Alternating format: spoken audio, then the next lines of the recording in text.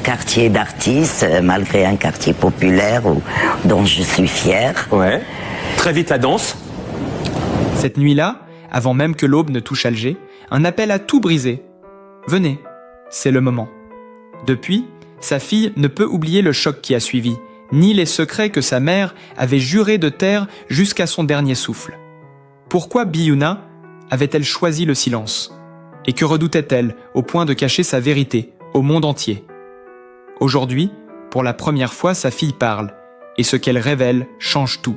Mais comment une femme qui avait un jour embrasé Alger et conquis les écrans a-t-elle pu s'éteindre dans un tel silence? Née à Bellecour en 1952, Biyouna rayonnait déjà dans les troupes de Fadela Diria avant d'enflammer les cabarets, de danser au Copacabana à 19 ans et de devenir dès la grande maison un visage que toute l'Algérie reconnaissait. Mais comment une femme qui avait un jour fait vibrer Alger et illuminer les écrans a-t-elle pu disparaître derrière un mur de silence si épais que même ses plus proches amis n'y devinaient en ne plus la vérité? Comment une artiste née pour la lumière, celle qui avait grandi à Bellecour en 1952 avec la voix de Fadela Diria comme horizon et les cabarets d'Alger comme premier souffle, avait-elle pu, des décennies plus tard, s'enfoncer dans une ombre que personne n'osait traverser? Ces questions, longtemps laissées sans réponse, trouvent aujourd'hui un écho bouleversant dans les mots de sa fille. Car derrière l'icône flamboyante que la France et l'Algérie croyaient la connaître, se cachait une femme fragile, blessée, tourmentée par des combats dont personne ne mesurait vraiment la violence. À 17 ans, elle brûlait déjà les nuits d'Alger. À 19, elle dansait au Copacabana avec une énergie qui semblait inépuisable. La même année, Mustapha Badi la révélait dans La Grande Maison, offrant à son visage un destin télévisuel que plus rien ne pouvait arrêter. Puis vinrent les tournages, les rôles qui lui permirent de déployer toute sa palette, du rire insolent à la douleur retenue, de Leila et les autres jusqu'au harem de Madame Haussmann, où elle livra une performance dont certains parlent encore avec admiration. À l'écran, elle respirait la liberté. Dans la vie, elle la cherchait désespérément, car ce que l'on voyait d'elle n'était qu'une partie du récit. Derrière les projecteurs se cachait une femme que la gloire avait souvent blessée sans que personne ne s'en aperçoive. Sa fille raconte que, pendant longtemps, sa mère rentrait chez elle avec ce regard particulier, un regard qui vacillait entre la fierté d'avoir ému le public et l'épuisement d'avoir dû s'y exposer encore. Avec le temps, cette oscillation s'était transformée en fissure. Et cette fissure, en brèche. Une brèche dans laquelle s'étaient engouffrés la peur, la solitude et une sorte de désenchantement que Biyouna cherchait en vain à dissimuler derrière ses éclats de voix et son humour mordant. Les années avaient défait leur œuvre. Autrefois insatiable de projets, elle devenait plus hésitante, choisissait ses rôles avec une prudence qui surprenait ceux qui l'avaient connue téméraire, presque intrépide. On parlait de fatigue, de repos bien mérité, d'un besoin de se recentrer. Mais sa fille confie qu'il n'en était rien. Ce qu'elle voyait, elle, c'était une inquiétude diffuse, qui rongeait sa mère et qu'elle ne parvenait pas à nommer. Certains soirs, Biyouna restait longtemps, immobile devant une glace, comme si elle ne reconnaissait plus vraiment le reflet qui lui faisait face. Elle murmurait parfois qu'elle avait peur de devenir étrangère à son propre corps, à sa propre voix, à ce monde dont les attentes devenaient trop lourdes à porter. La crise la plus dure n'était pourtant pas celle que l'on imagine. Ce n'était ni un scandale, ni un drame public. C'était une crise intime, souterraine, qui se jouait dans les couloirs étroits de sa vie personnelle.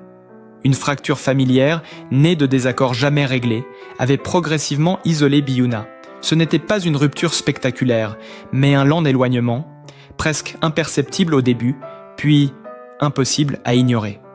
Sa fille raconte que certaines conversations, autrefois joyeuses, s'étaient même transformées en silence inconfortable. Un simple regard suffisait parfois à raviver de vieilles blessures. Cette tension sourde creusait en elle une douleur plus profonde encore que celles infligées par la maladie qui s'installait déjà dans l'ombre. Et pourtant, Biyouna continuait d'avancer, comme si chaque apparition publique était une promesse qu'elle se faisait à elle-même, celle de ne jamais céder. Mais derrière cette détermination flamboyante se cachait une femme qui tremblait de ne plus être à la hauteur des attentes de tous ceux qui la regardaient. Elle ressentait chaque critique comme une déchirure, chaque rumeur comme une trahison. Les cotolés réseaux sociaux, souvent cruels avec les femmes de sa génération, ne lui laissaient aucun répit. On commentait son âge, son apparence, jusqu'à sa voix, cette voix qui avait été son arme, son refuge, son identité. Et lorsqu'elle lisait ces mots blessants, elle restait longtemps silencieuse, presque figée, comme si elle tentait de comprendre comment le monde était devenu si dur avec celle qui avait tant donné. C'est dans cette fragilité grandissante que la solitude s'est insinuée. Pas la solitude choisie, mais celle qui vous enveloppe sans prévenir et vous sépare doucement de tout. Sa fille se souvient de soirées entières où Biyuna restait assise près de la fenêtre, les lumières d'Alger se reflétant dans ses yeux. On aurait dit qu'elle cherchait quelque chose au loin, quelque chose qu'elle avait perdu sans savoir exactement quand. Peut-être cherchait-elle la jeune femme de 17 ans qui chantait sans peur dans les cabarets. Peut-être cherchait-elle la danseuse éclatante du Copacabana. Peut-être cherchait-elle simplement un apaisement que la vie ne lui avait jamais vraiment offert. Peu à peu, les signes de retrait s'étaient multipliés. Elle refusait des invitations, annulait des apparitions à la dernière minute, prétextant des imprévus presque jamais explicites. Certains amis tentaient de la joindre, mais elle répondait brièvement, comme si elle craignait que les mots ne trahissent ce qu'elle luttait tant pour cacher. Sa fille, elle, voyait parfaitement la vérité se dessiner, même si sa mère s'efforçait de la masquer. Les gestes devenaient en plus lents, les nuits plus courtes. Il lui arrivait de s'arrêter au milieu d'une phrase, oubliant ce qu'elle voulait dire. Ces détails, si insignifiants pour le public, étaient là pour elle autant d'avertissements qu'elle refusait d'admettre. Ce n'est qu'après sa mort que ces signes ont pris tout leur sens. Mais à ce moment-là, pour ceux qui l'aimaient, il n'était qu'un ensemble de fragments épars, des éclats d'une vérité trop douloureuse pour être assemblée. Sa fille raconte que la crise la plus violente n'a pas été physique. Elle a été émotionnelle. C'était une crise de dignité, une crise de regard. Biyuna avait peur d'être vue dans sa vulnérabilité, peur d'être réduite à ce que la maladie faisait d'elle. Elle, qui avait tant façonné son image de femme forte, redoutait par-dessus tout que le monde contemple sa fragilité. Alors elle a choisi le silence. Un silence lourd, presque sacré. Un silence qui, aujourd'hui encore, intrigue autant qu'il bouleverse. Et c'est précisément ce silence que sa fille a décidé de briser. Non pour exposer la douleur de sa mère, mais pour rendre justice à la vérité. Une vérité faite de blessures cachées, de crises étouffées, de solitude profonde et d'une dignité qu'elle a protégée jusqu'à son dernier souffle.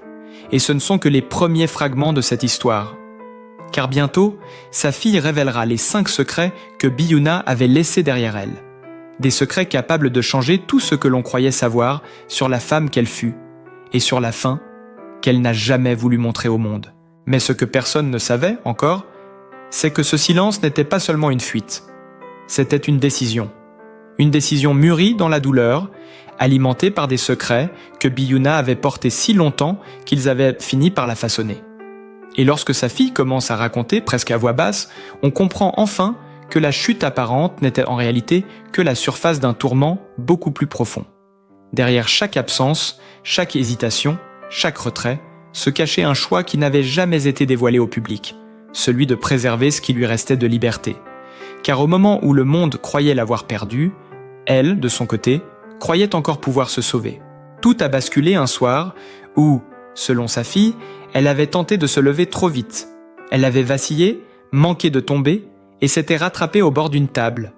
Ce geste, infiniment banal, avait pourtant déclenché en elle une prise de conscience brutale. L'idée de se voir s'effondrer, de ne plus maîtriser son corps, l'avait bouleversée plus que la douleur elle-même.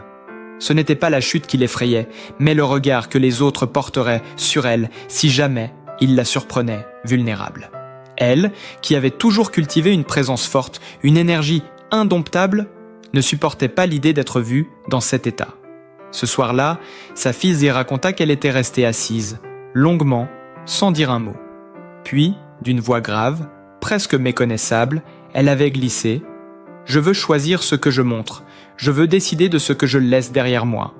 Cette phrase marqua un tournant. Ce fut l'instant où, pour la première fois, Biyuna admit qu'elle ne pouvait plus lutter frontalement contre ce qui la rongeait. Elle pouvait encore affronter la douleur, mais pas la perte de contrôle. À partir de ce jour, elle commença à organiser sa vie autrement. Elle sélectionnait ses apparitions avec une précision chirurgicale, évitant toute situation où son corps pourrait la trahir. Lorsqu'elle acceptait un projet, elle exigeait que les éclairages soient adaptés, que les répétitions soient espacées, que les prises soient genre limitées. Certains y voyaient une caprice de star. Sa fille, elle, y lisait une tentative désespérée de maintenir vivante la femme qu'elle avait toujours été. Mais ce fragile équilibre se fissura peu à peu. Lors d'un tournage en France, elle oublia une réplique qu'elle connaissait depuis des semaines. Le réalisateur coupa brièvement, croyant à un trou de mémoire passager. Pourtant, Biyuna ne parvenait plus à retrouver le fil. Ses mains tremblaient légèrement. Elle fixait le script sans réellement le lire. Ce jour-là, quelque chose céda en elle. Le soir même, sa fille la retrouva dans sa loge, assise face à un miroir où elle semblait ne pas se reconnaître. Ses yeux brillaient d'une lueur que l'on ne lui connaissait pas. Une lueur presque enfantine, mélange de peur et de lucidité. Elle avait posé le script sur ses genoux et murmuré « Si je continue ainsi, je vais disparaître 2 fois.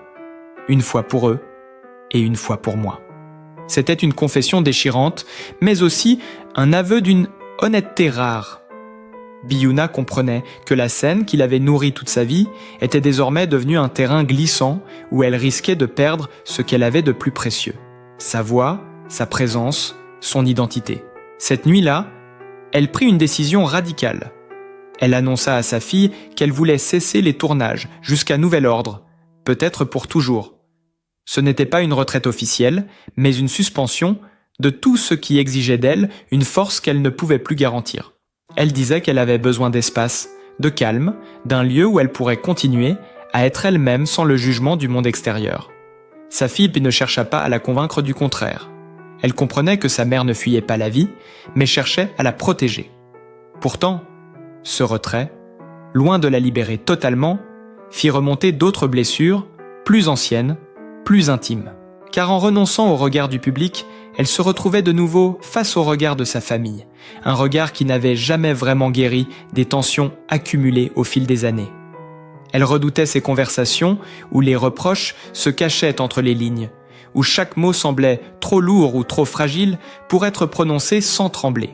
Sa fille raconte que les derniers mois furent marqués par une forme d'instabilité émotionnelle qui n'avait rien à voir avec la maladie elle-même. C'était comme si la perte progressive de son énergie avait ravivé d'anciennes failles, d'anciennes peurs qu'elle avait longtemps enfouies sous ses éclats de voix et son humour.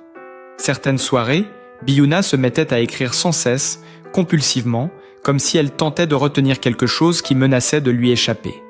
D'autres soirs, elle restait silencieuse, absorbée par une pensée qu'elle ne partageait pas. Un jour, elle confia à sa fille qu'elle avait peur d'être oubliée.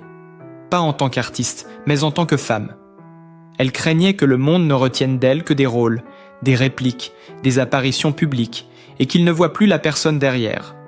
Elle avait passé sa vie à incarner des personnages, et voilà qu'au crépuscule, elle se demandait si elle avait encore un espace où être elle-même. Cette angoisse la poursuivait comme une ombre, d'autant plus que sa santé déclinait plus vite qu'elle ne voulait l'admettre.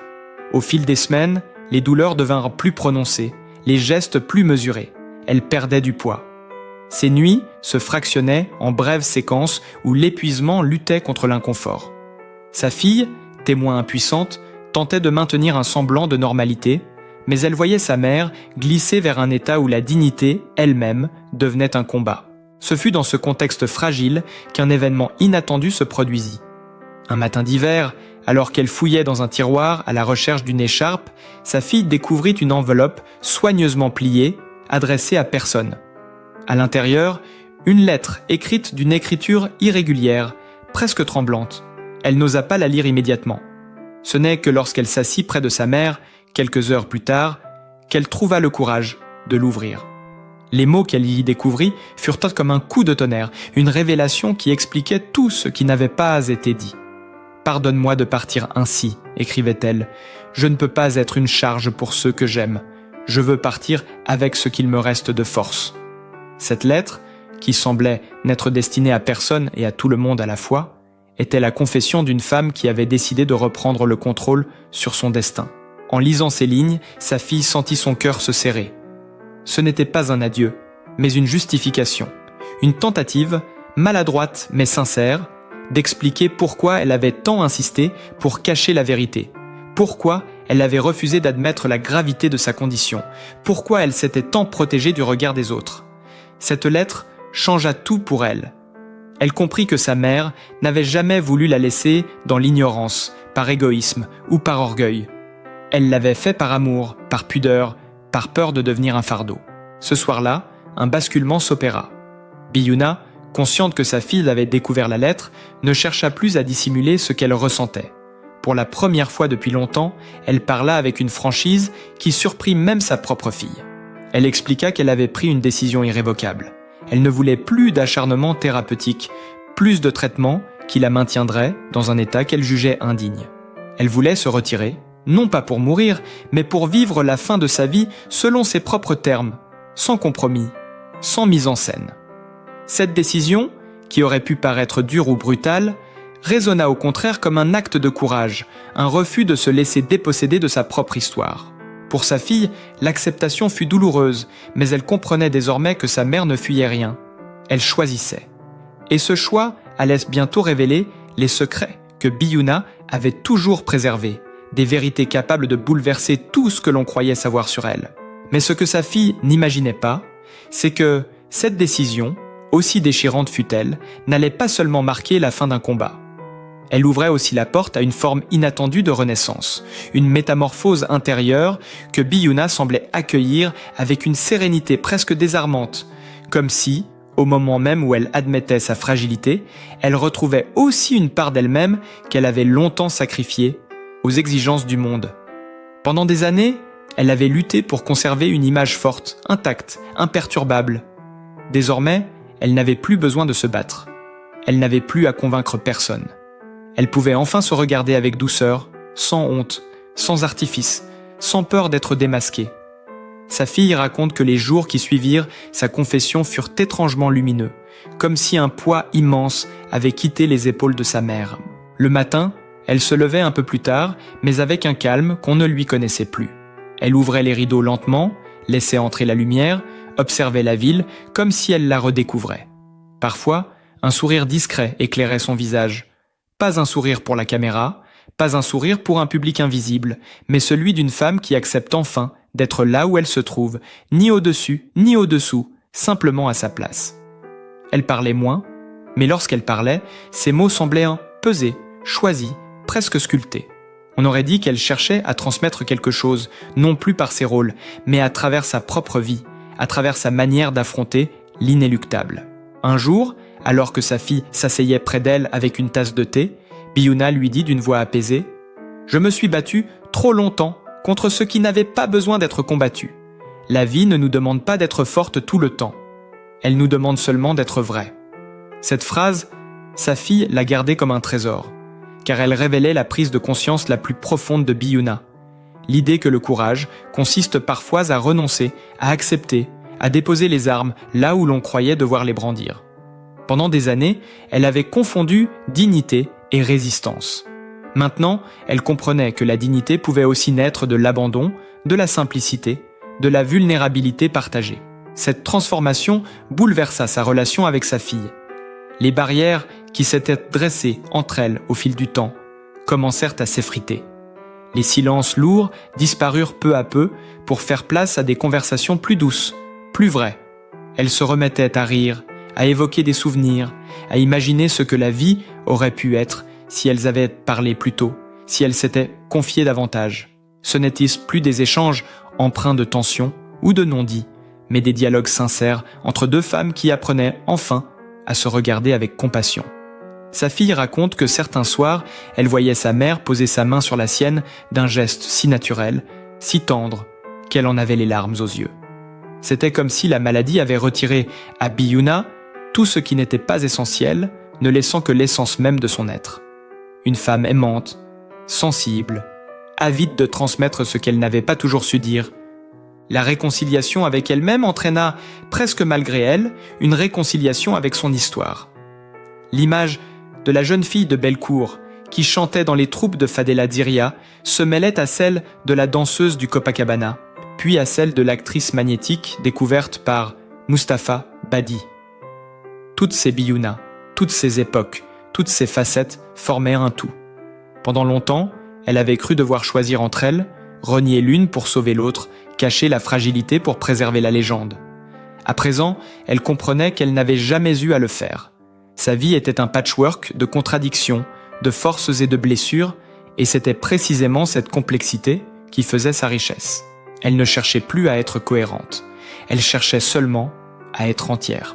Sa fille raconte qu'un soir, alors qu'elles observaient ensemble les lumières d'Alger, Biyuna dit soudain « Tu sais, j'ai longtemps cru que je devais prouver ma valeur.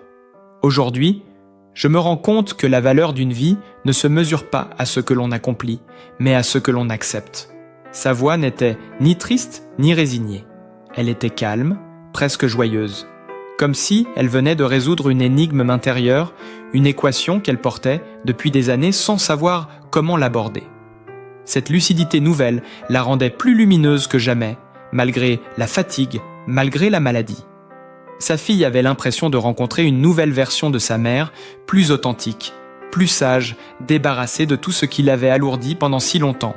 Cette sagesse se manifesta aussi dans sa manière d'affronter ces derniers mois. Elle ne cherchait plus à cacher ses limitations. Elle ne s'excusait plus d'être fatiguée. Elle ne s'efforçait plus de paraître plus forte qu'elle ne l'était. Au contraire, elle accueillait chaque jour comme il venait, avec sa part d'imprévu, de fragilité, de beauté. Elle prenait le temps de savourer des choses simples qui autrefois auraient semblé insignifiantes. La chaleur du soleil sur sa peau, le parfum du café le matin, la douceur d'une écharpe qu'elle aimait particulièrement.